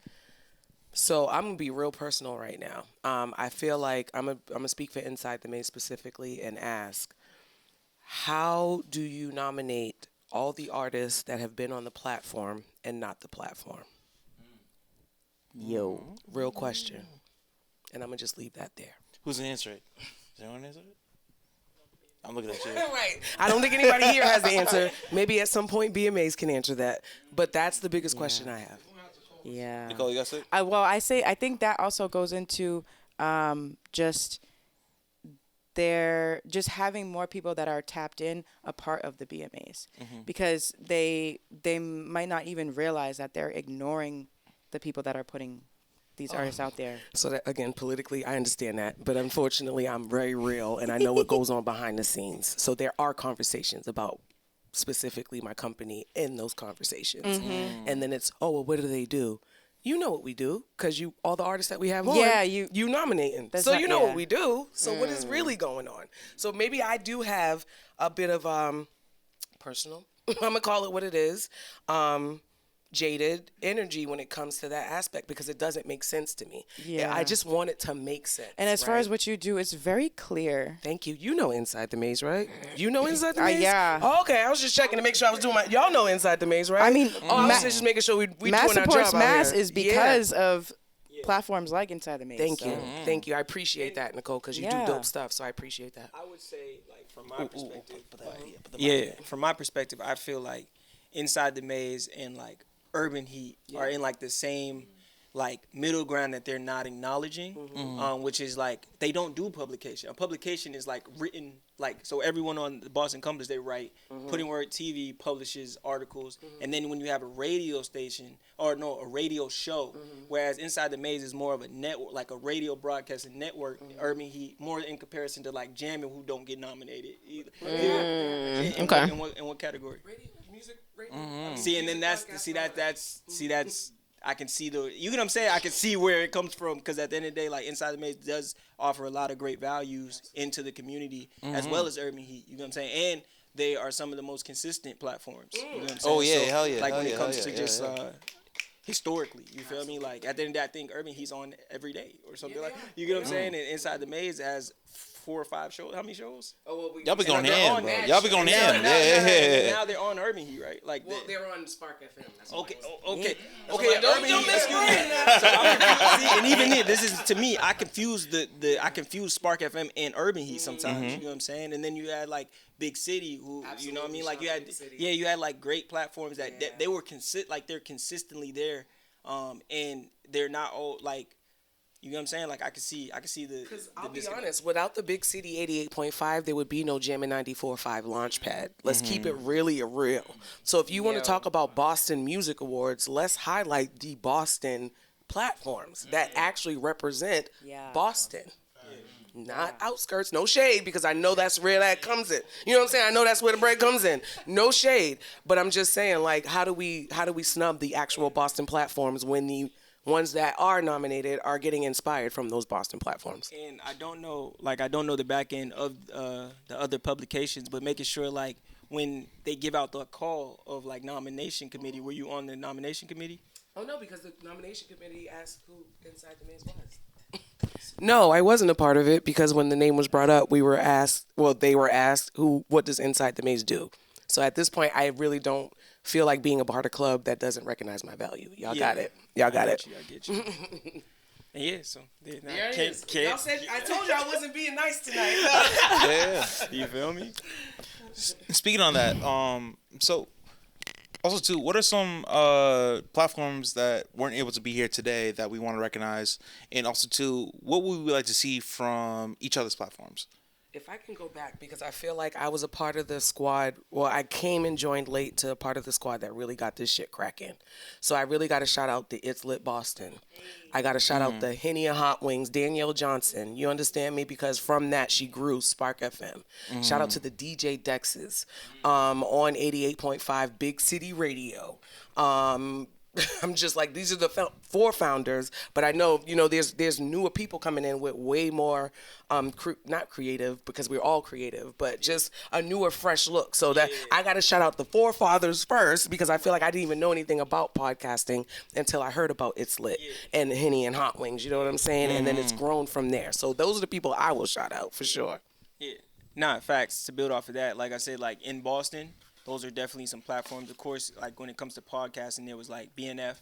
You know what I'm saying? Oh, yeah. Like, Shout out those things as well. that was at the same time as like, so you had BNF, and then you had Tax Stone's podcast. That was like at the same time. Like they were like the start of like podcasting for real, for me at least.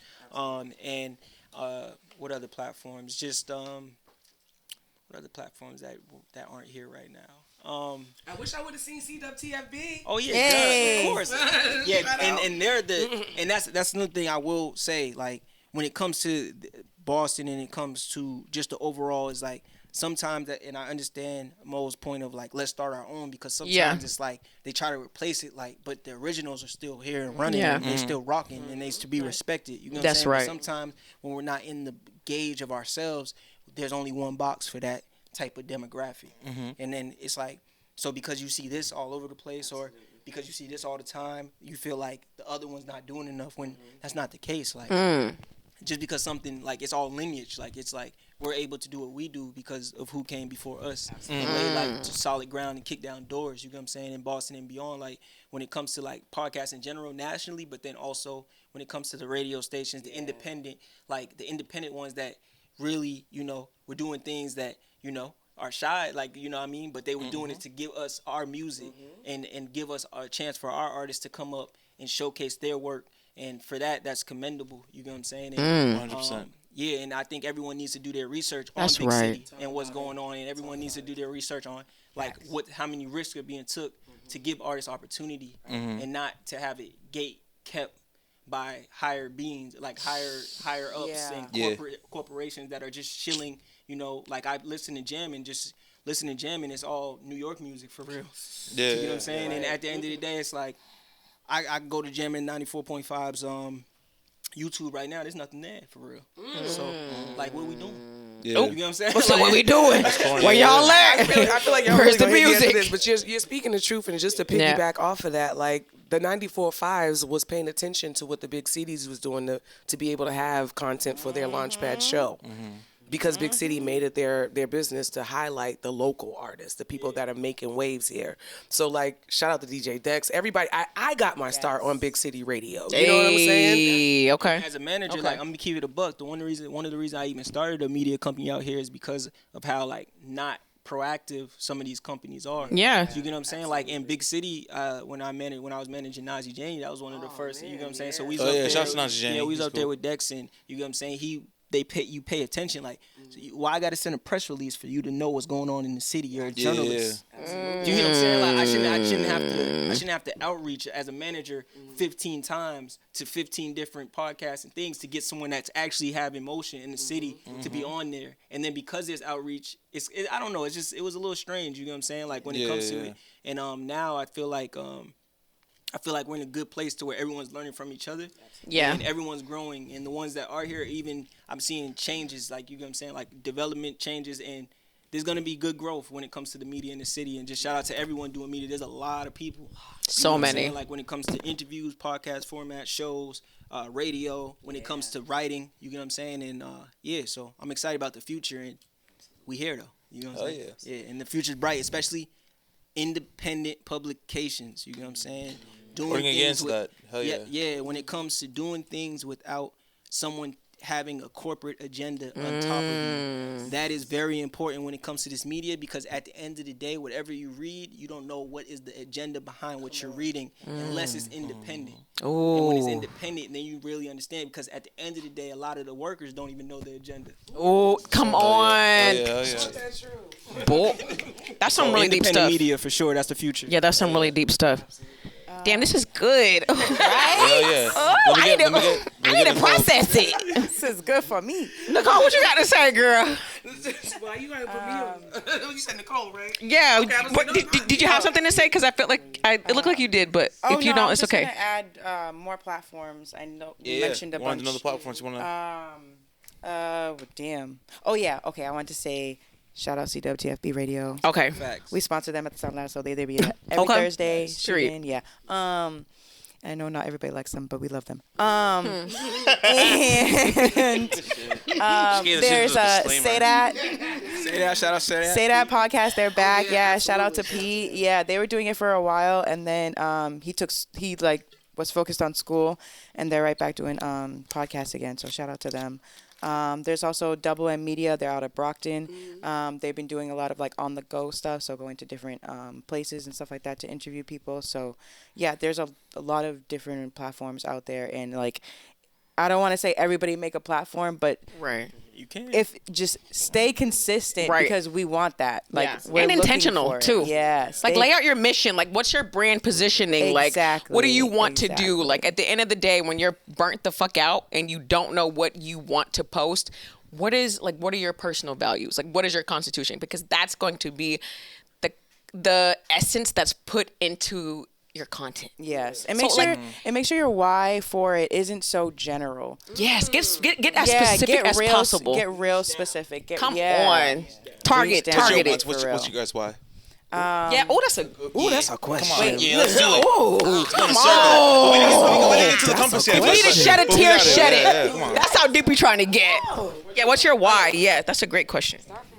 Yeah, Shelly. I think this was touched on earlier in the interview, but I feel like for Compass stuff, especially now that we've started paying artists for like their contributions, I think it's definitely not like I think it's like a people over profit kind of thing, Yeah. but still keeping in mind that we really want to pay people for like what they're working on, so they have like the dignity and they have the byline or whatever it is, like the digital footprint, so that it can like uplift their work. I think it's so important to like give someone something physical that they can hold, that they were part of, have like that experience of being part of a collective and having your work be recognized by other people like in the scene and having it legitimized. I think that's a huge part of like why at least I'm part of the paper, is like being able to meet people, listen to them, pay them money for like the good work that they're doing, that they're so persistent at. And I think that's like a big part of the why, because I think at the end of the day, like I think the Compass is trying to make Boston a more hospitable, livable place for local artists and creatives. And because of that, I think it's making Boston a better place in general, because art is being more I believe appreciated. so. Shouts to the compass. Okay, Boulder with the word. Okay. Y'all tingling and She's a shit. chief. Right? She's a chief. You're a chief, right? Yeah, I was about to say it's a reason. yeah. It's a reason Shout she's to the you, editor in Chief. chief. That's some It's a chief reason words she's right the there. editor in chief. I would say for my why is a bit different, especially because a lot of my work now is with Ujima. I really believe, like, as an arts critic, a culture critic, a music journalist, I believe, like, first and foremost, the role is to support the arts and the artists that are in the city, and to support them in envisioning new worlds.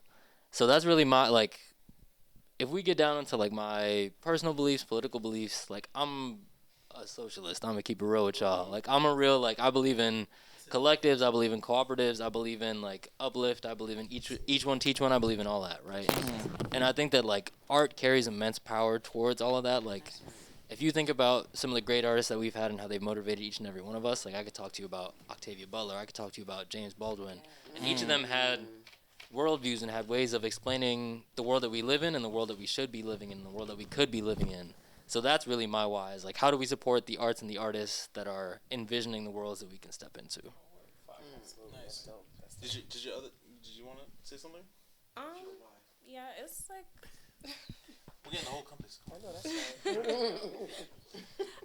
yeah, I mean, I was like pretty much gonna kind of say the same thing as Alula, like, you know, really like showing people that it's accessible, you know, like even for myself, because I mean, like at a point it was really hard for me to balance things, and like now being able to like, you know, help people and like guide people through that, like, so that's pretty much my reason. And I mean, you know, I have a son as well, so it's like I'm trying to show him the way. It's like, Right. you know, school's important, but it's also like important to invest in yourself That's and your right. business and things like that. So yeah, it's really just like I guess like showing people that it's possible and it's not like, you know, as hard as we may overthink it and Come stuff. on. So yeah. That's right. That's yeah. That's Boy moms. Oh yeah. My why, I would say, is community and safety. It's great. Growing up in Brockton, I mean, I went to private school, so like my parents didn't let me outside and stuff. Damn. So, like, yeah, whatever. Anyways, so We're gonna move on. We're gonna move on. But one of my friends who went to school with me, her brother went to public school, and he was like the typical public school kid who was like always bad and blah blah blah. So my parents would be like, "Stay away from that." Yeah. Yes. Okay, Nicole. You know, I'm just talking He's not about. a good Nicole, you guy. may need to dial it back a little bit, okay? I'm sorry, damn. Now I'm being I'm just rude. playing. Come on, baby. Let's get it. Let's get it. No, but y'all know what I'm trying to say, Yes, right? yes, we know. Okay, Yep. I'm trying to say I'm a square. They wasn't. Okay. And anyways, but yeah. So her brother, he like wanted to do music, but he was always like just like doing bad shit. And one day I was like, I was 13 and he was 11. I was like, why are you always like being so bad? And he was like, I want to be a rapper. I was like, what the hell does that have to do with this, like having a pocket knife and acting like a wild kid all the time? Right. And then he was like, well, you got to go to jail. Okay. And literally, like, I'll never forget that. And like to us, we're like, okay, that's crazy. Like, why would Yeah. you think like that? But there's people out there that think this way. That's what they see. That's what they do. That's what they Yes. listen to. They're going by their environment. They're going based off of what they see on media, and they think that that is the easiest way to get there, to be most authentic and blah, blah, blah. So, like, my why has always been to show that there's more types of black people, especially in Massachusetts, as well as the world, and that is all based off of community. Oh, that's I my love vibe. that, girl. Thank Oh, you. yeah. That's what's Clap up. for that. Clap for that. Thanks for that TED Talk, Nicole. That was really good, for real. My why for Doesn't matter. Putting Work TV specifically is to like index and annex culture. You feel me? Like just to be a place to where you can get new music, new information, and new perspectives on what's happening, and it can all be in like one place. We're still in our like infancy right now, so it's not all the way there, but it's in its development. You get what I'm saying? Like when it comes to just being able to like show like, okay, these artists dropped this music this week, and okay, there's a like one of our articles that's gonna be coming out is like how Griselda Blanco and hip hop is connected, like like articles like that, like and why like your favorite rapper's muse is the plug, like things like that those type of articles and those type of writings. And when it comes to Boston specifically, I think a lot of great companies are made in Boston.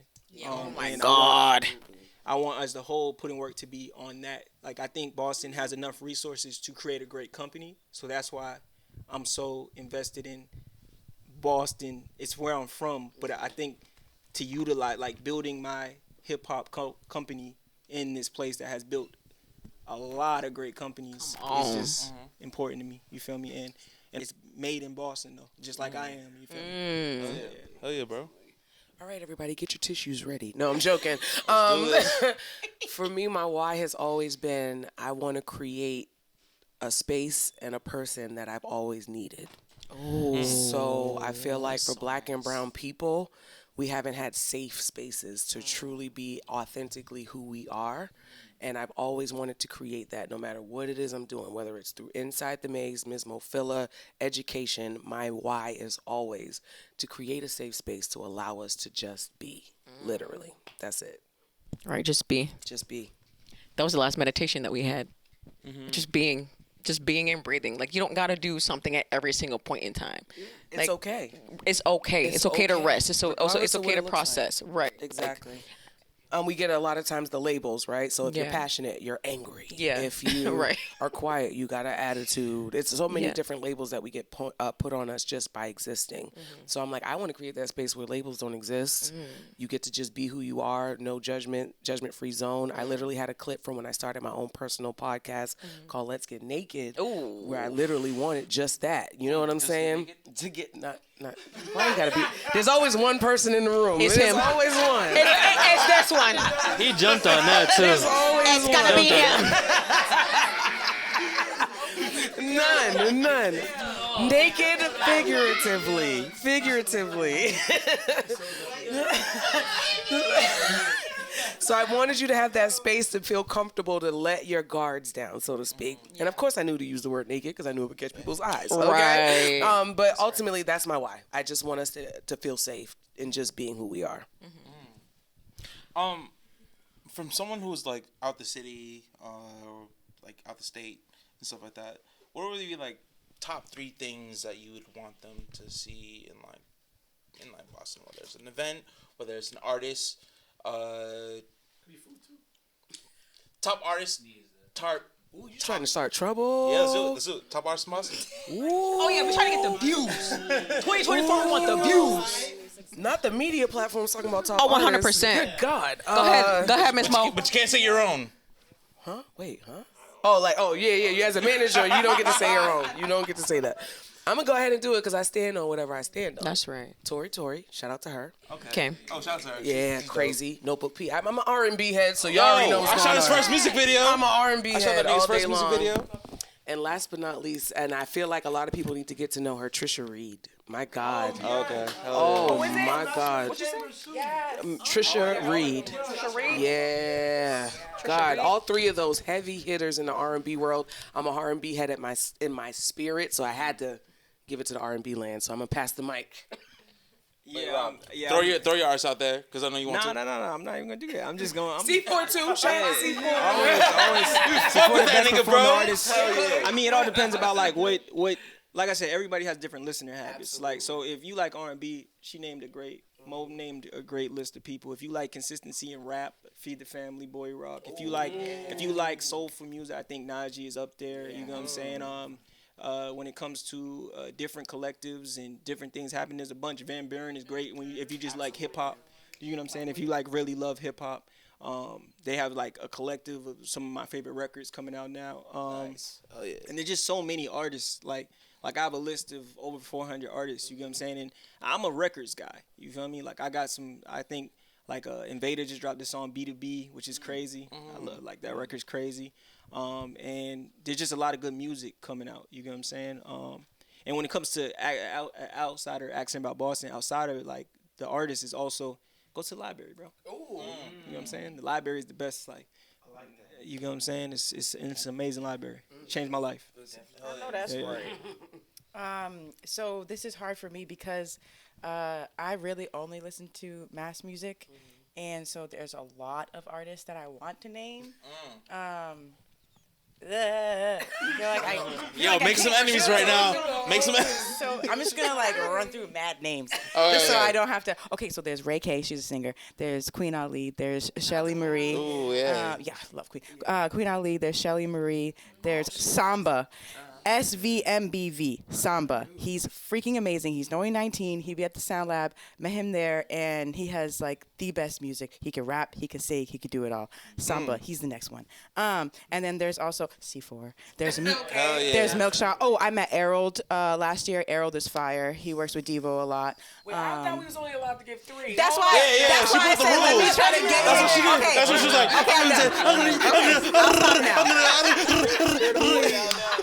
It's for everywhere out now, you know. I was trying to get it all out before I got. Okay, go ahead. Time's up, Nicole. Nah, she Wrap broke it the up, rules, ma'am. bro. That was a good business decision for her as well. Like that was a good personal decision and a good business. Nicole said, decision. "Ask for forgiveness, not so permission." many. Okay. Oh yeah, Keelinda has her new project coming Oh, out. soon. okay. Yeah. Anybody else? Facts. Big Salsa. I love Big Salsa. Hell yeah. Big shout out to Big Salsa. Hell yeah. Three. Right, you see us? Now I gotta give my full shout out because y'all ain't about to get me blackballed. Shout out to Amandi Music too. I'm not talking about R&B if I don't mention Amandi. Like cut that out. Cut that out. Yeah. This nigga Nicole, bro. Yeah, I gotta make sure I give my 4th one since y'all adding extras, Nicole. Yeah, there is a lot. What's up, Lula? All right, Compass, put us in the direction. I'm going to try and keep it to 3. I'm going to also give the disclaimer, you know what I'm saying? My personal views do not reflect the views of any publications that I'm associated with. You know what I'm saying? Journalistic classy, objectivity. Lula. This Gotta, guy's so classy. bro. Hell yeah. that being Come said, on. personal favorites, Funeral and Bell, Ajari at Ethereal Visions. Oh my gosh, yes. Folks have said C4. I'm going to throw another vote upon C4. I'm a big fan. Hell yeah. Put in work, man. I haven't met him, but I would love to. Bro, you gotta say, hey, bro. Come on, bro. Okay. Okay, another disclaimer. I think I'm very green compared to the other people on this panel. Like, I think one of the reasons I took the editor position was because I feel like I wasn't able to explore, like, I guess the Boston art scene, because when I came here for college it was like the pandemic. So I think that curtailed a lot. But now I feel like I'm finally going to events and seeing people. So I won't say like my favorite artist of all time or like the best artist of all time, but recently I've been listening to Miranda Ray ever since. Miranda. Oh, Miranda Ray. Hell yeah. Yeah, I saw Hey, her Miranda. perform. I saw her perform at Estrogina. She was so good. Shout out to John. She has a great stage presence and a mac and cheese company, which is so crazy because I was talking to her. Yeah, I was talking to her about her mac and cheese, and she was like, "Wait, I have to go on stage." And I was like, "What?" Girl, let's talk about this cheese, girl. Hold on a minute. What else? Okay, this one is a little, I don't know.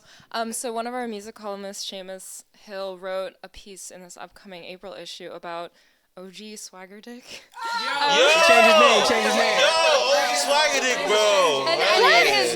So his name is changing to Marquise. I'm just nigga on the bus now. Hell yeah, Yeah, I like love that. every time I like read over these articles, I'm like, okay, I'm gonna like listen to the whole thing. But wow, I watched like an hour of his like YouTube videos last night. I really like the production, like I don't know, hilarious. Yeah. It's just I don't know. It's I had good. a fun time. And then Yeah. and then I went to an event recently at the Catherine Small Gallery in Somerville, which is very random. It's a very small library kind of space. And I saw Nafisa, who's like super new. She doesn't have like a lot of stuff out, but she does kind of like improv riffs, and she was with Vivienne, and I thought that was a really cool event. This is interesting. Nafisa? Nafisa. How you spell that? Nafisa. Okay, yeah. So she's like super new. I think Seamus also covered her. Yeah, in like 5s. Wally's? Nights at Wally's, man. Nice. Thursday nights at Wally's. You gonna give yours? What you got, Michelle? I mean, yeah, some of them were said already. I really like Van Buren. One of my favorites so far is Luke Bars. Feeling Okay. nice. What else? I mean, I don't know. I'm really like Key's energy and like her performances. They really capture me. Like, I don't know. She's always like just number one for me. Absolutely. Who else? I think I will also have to say Big Sosa, because she like, I don't know, she does a lot for like, you know, the like basically women in general. She's like really a girl's girl, and her music inspires as fuck. So yeah, definitely Big Sosa. I would have to give her flowers. I just feel like I gotta scream out, shout out Oompa. Shout out Oompa! Come back home. Never met you, seen you a lot. Come on the show, babes. We miss you. Is there anything else that anybody else wants to say about their platform, their art, their media? You want to confront another one? What y'all want to say? We have a death row wanna moment. confront each other? Babes, now's the time to get it If out. you want to have people not all in your videos, no, I'm joking. No. All I'm gonna ask is this, right?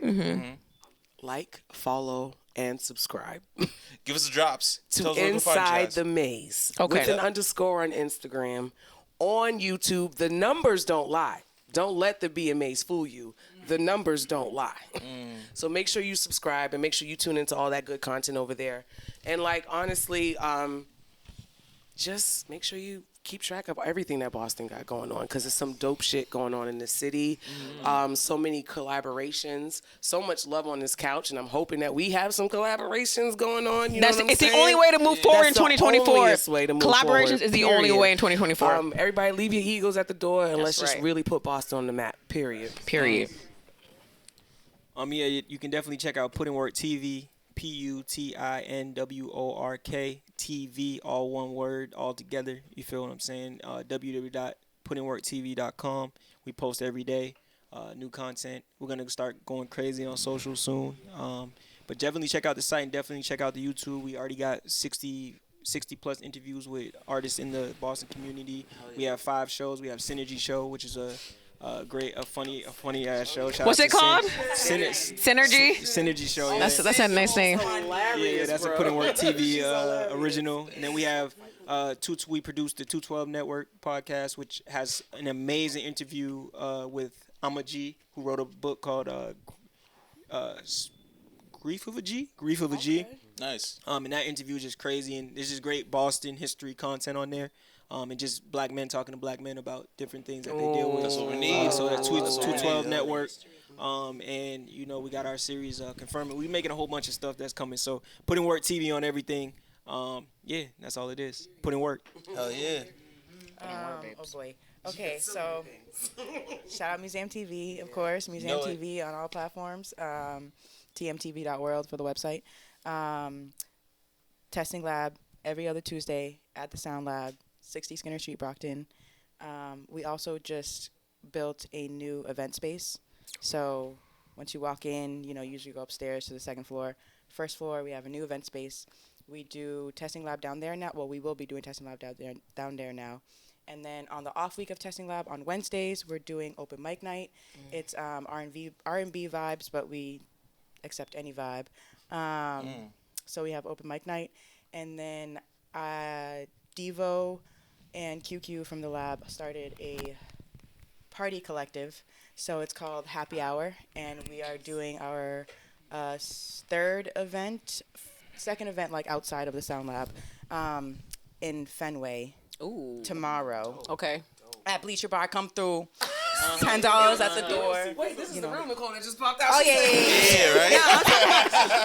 Well, everybody that's in the room, I'm telling y'all, come through to Fenway tomorrow night, and we're gonna continue to do more events in Fenway and at the lab. Happy Hour events. Follow us on Instagram, the Happy Hour Co. But OUR, not OUR, yes, Happy OUR, because the whole point is for okay. us to throw creatives for our community by our community. okay. Ours. Yeah. That's really nice. So yeah, follow us. Okay. I'm gonna shout out some community spaces. Oh, you're so sweet, Lula. Well, He is so 'cause, precious and classy. They're how I made friends and how I have found community in Boston. 100%. So I'm gonna shout out Recess. It's a space in the Cambridge Community Center at 5 Calendar Street in Cambridge. Every Thursday, it's from 6 to 10 p.m. It's an intergenerational space. It's a healing space. They have jam sessions there. They have just kick back and hang out sessions there. It's a lot of beautiful people there. It's a lot of black people there. It's a black space. Big fan of Recess. I'm also shout out the Boston Ujima Project, which is where I work. They do many things. One of the things that they do is they have a Wednesday meeting, a weekly Wednesday meeting, at Black Market, actually, which is right down the way. Yeah. For political education, financial education, for arts and cultural organizing, all of those things are sort of under their umbrella. So if folks are interested, if folks want to learn more, please do check them out at UJIMA Boston. And big shout out Boston Compass Newspaper at Boston Compass Newspaper on Instagram and everywhere else, I think. Wonderful publication. Oh wait, one more. I will be at the Multiple Formats Art Book Fair tomorrow. Give your Saturday. personal how to reach you. You'll be there too? About that. Give your personal one too. So you can find me at Alula Hussein, ALULAHUSSEN. I also write for my own website, www.offmydome.com. Off my dome. Let's go. Off his dome, y'all. He ain't playing with y'all. Okay, I'm gonna leap off of that plug. But yeah, at Boston Compass Newspaper on Instagram, we have a website, we have a blog that Michelle manages. Our paper will be out the first week of next month, as it is always out monthly. We have a great feature artist, Bithia Holton. She has designed a beautiful cover. It's gonna be, I don't know if I'll say the color of the magazine, because we print a different color every month, so you just will have to see it. Yeah, and my personal Instagram is at potassium, like the potassium chemical. Nice. You know, things we make in high school. So yeah, reach out. Like, let's hang out. If you want to spam my email, it's bcnproduction@brain-arts.org. But be for real if you want to spam it. Finna But be spam that shit. persistent. Beautiful. Hell yeah. Just make it calculated, but be persistent. But yeah. Thank you, Bota. Oh, and shout out to one of our featured artists for February, Charles Love. What's up, Charles? What's his name? Charles Love. Charles Love. So Charles it's at Love. What's up, C-Love. Charles Love? Appreciate you for your At art, C-Love man. on Instagram. He was the one that did the event where I saw Nafisa and Vivian. He did it at Catherine Small Gallery. So he's been doing a lot of things. So shout out. What did you do, Charles? That's my homie. I mean, I guess I could shout out my company. What you got, girl? Come on, Shelly. So, I own a literature company. I self-publish and I edit like my own books and content and things like that. So I'm trying to get more clients. It's called Literature Expands the Mind. I'm a client. Talk after this. Yeah, so you can follow me on Instagram at chillwavy, CHILLWVY. Definitely follow Boston Compass Newspaper, of course. What do we say? Like website, blog. We actually have Patreon. You can subscribe on Patreon. It's for like $10 a month. You can get the newspaper like delivered to your front door. Basically, That's for everyone. amazing. Yeah, I think that's it. Support local. Yeah. That's what's You know, up. That's great information for wait. real. Oh, she Great said, hold up a discussion. minute. But also, we're having a meet and greet April 21st. So if you want to hang out with us, April we're probably 21st. going to watch a Nice. movie. Shout out to Capitol Theater in Arlington for hosting us. Shout out Dave Jabinski. Yeah, so deets will be out soon, but definitely hang out with us. Now listen, I told y'all when I'm about a team, I'm 100% about the team. Let's I get didn't it, know we was girl. dropping our personals. Drop it, also, baby. make sure you follow me, Ms. Mofilla, on everything, and that's MZMOPHILA everywhere. So make sure you follow me as well. Nice. Anybody else got a plug they want to plug? And while you got me on camera, Inside the Maze, because I want to make sure they hear that. Inside the Maze with the underscore, please. Thank you. It's a maze. Because I'm about my team, period. Go ahead, bro. And now we appreciate Show and Tell Boston for having us. Absolutely. Y'all appreciate us? Stop playing. Thank you. Y'all appreciate us? Stop Shout out to Show and Tell Platform, Boston Show for Tell having us Boston, down and that's a there. wrap. We appreciate you guys for providing great perspectives and unique perspectives from people in the cities. Yeah. In the city, you know what I'm saying? And that's a value that can't be mistaken, you know what I'm saying? So shout out to Show and Tell Boston for sure. That's what's up. Let me say this before we wrap it up. This platform was started literally from like a selfless perspective, you know, and it was started from our friend Shane, and you know, it really evolved into a platform that was really for about the community. Like, it'd be plenty of hosts up here. I don't just host, Tata don't just host. It'd be a lot of people up here, and it's really for us to release that ego and for us to know that it's not just about one person. This is my first time hosting all year long. You know, it's my first time back since last year, you know, and at the end of the day, it's about the community. It's not just about your art. It's not just about what you create, because God gave us these gifts to give out to people. As me and Rob was talking about earlier, like, you gotta give to get. You cannot dare to draw. You cannot dare to want to have another breath without giving the one that you already have. You feel me? So at the end of the day, this platform is for us. Like, if you got an artist, if you got resources, Boston. Being from another state, Boston is the most resourceful place I've ever lived in my entire life. Point blank, period. You got programs from infancy all the way to fucking adulthood and graduate programs, you know? There is no excuse. If you want to get to where you have to go, let go of that ego, let go of that victim mentality, and get your shit, because nobody's going to knock on your door and ask you, what do you want to do today? You have to go out and get that shit. Know what you want. Use the resources that you have available to you and go out and get it. At the end of the day, that's really all that matters. What you want to do. Everybody else is just, it's your world. We just fucking living in it. It's your world. I'm just living it. It's your world. I'm living in it. And I'm living in that it, part. okay? So whatever you want to do, go out and get it. And nobody's going to go out and knock on you and ask you for what you want. We're here. We're resources. Let's get it. Also, this is Boston, so I hope when we're done that we all come and talk about each other behind our backs. Yes. I got a tweet about you. Show us out Boston, and that's a wrap. Good night.